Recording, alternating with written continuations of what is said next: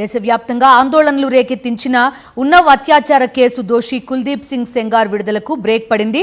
అతన్ని జైల్లోనే ఉంచాలని స్పష్టం చేసింది సుప్రీంకోర్టు. సెంగార్ శిక్షను సస్పెండ్ చేస్తూ ఢిల్లీ హైకోర్టు ఇచ్చిన ఆదేశాలను నిలిపివేసింది. దీంతో బాధితురాలికి కాస్త ఊరట దక్కినట్టయింది. అయితే సెంగార్కు మరణశిక్ష పడినప్పుడే తమకు న్యాయం జరిగినట్టని పేర్కొంది బాధిత కుటుంబం. 2017లో ఉత్తరప్రదేశ్లోని ఉన్నావ్లో జరిగిన అత్యాచార కేసులో ఢిల్లీ హైకోర్టు ఆర్డర్స్ పై సుప్రీంకోర్టు స్టే విధించింది. బీజేపీ బహిష్కృత నేత కుల్దీప్ సింగ్ సెంగార్కు ట్రయల్ కోర్టు విధించిన జీవిత ఖైదును హైకోర్టు నిలుపుదల చేయగా తాజాగా ఆ ఆదేశాలను సర్వోన్నత న్యాయస్థానం పక్కన పెట్టింది. కస్టడీ నుంచి అతన్ని విడుదల చేయొద్దని పోలీసు శాఖను ఆదేశించింది. కుల్దీప్ సెంగార్ జైలు శిక్షను సస్పెండ్ చేయడంతో పాటు అప్పీల్ పెండింగ్ లో ఉండగానే అతడికి బెయిల్ మంజూరు చేస్తూ డిసెంబర్ 23న ఢిల్లీ హైకోర్టు తీర్పిచ్చింది. దీనిపై సీబీఐ అధికారులు బాధితురాలు సుప్రీంకోర్టును ఆశ్రయించారు. ఈ పిటిషన్లపై విచారణ చేపట్టిన సీజేఐ నేతృత్వంలోని ధర్మాసనం సీబీఐ పిటిషన్పై సమాధానమివ్వాలంటూ సెంగార్కు నోటీసులు జారీ చేసింది.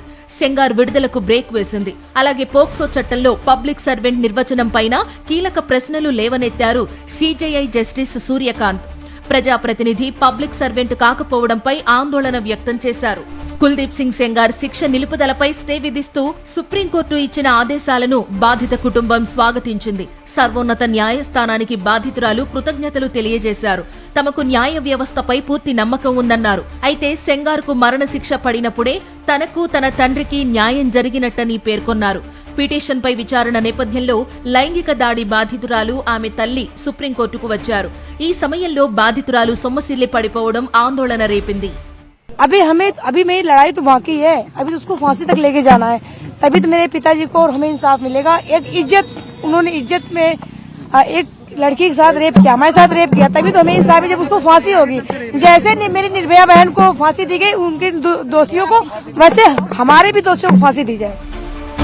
2017లో బీజేపీ ఎమ్మెల్యేగా ఉన్న కుల్దీప్ సింగ్ సెంగార్ ఉన్నావ్ ప్రాంతానికి చెందిన ఓ బాలికను కిడ్నాప్ చేసి అత్యాచారానికి ఒడిగట్టడం అప్పట్లో పెను ప్రకంపనలు సృష్టించింది.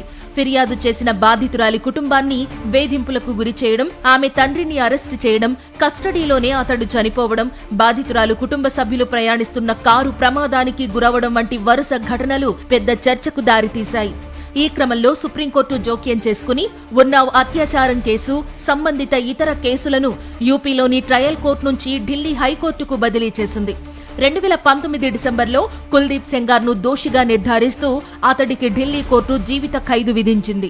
డిసెంబర్ 23న ఈ శిక్షను హైకోర్టు సస్పెండ్ చేయడం, 15 లక్షలు పూచీకత్తుపై బెయిల్ ఇవ్వడం దేశవ్యాప్తంగా ఆందోళనలు రాజుకున్నాయి. హైకోర్టు తీర్పుకు వ్యతిరేకంగా బాధితురాలు, మహిళా సంఘాల నేతలు నిరసన చేపట్టారు.